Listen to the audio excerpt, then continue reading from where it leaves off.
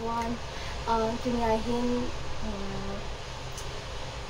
vegetarian noodles kan meeting hin spinach to basil leaf kan kila hin.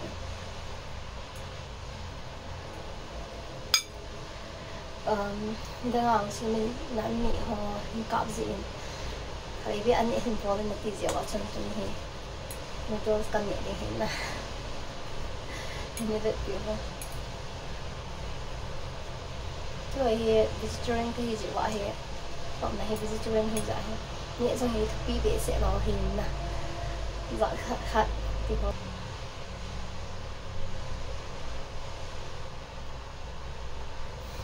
Boring thing thì vậy chứ nè, xây dựng những cái bữa thì chân lá, nó thả khát cả ngày đi.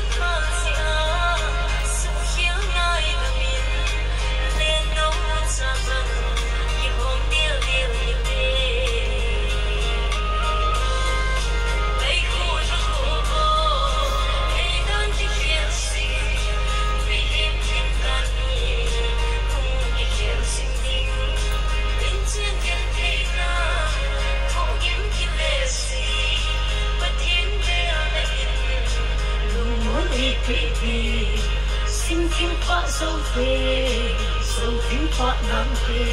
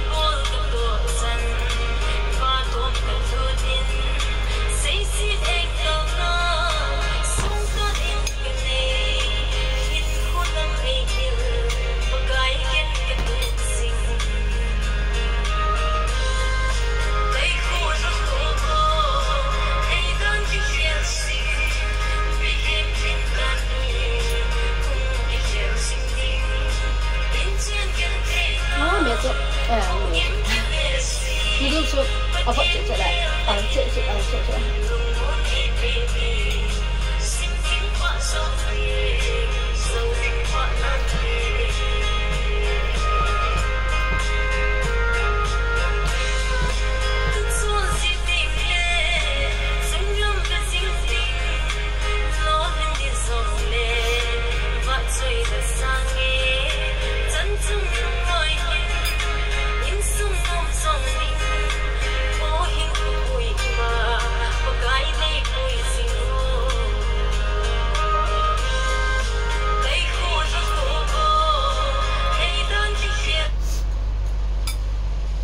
Nên good busy với cái bể.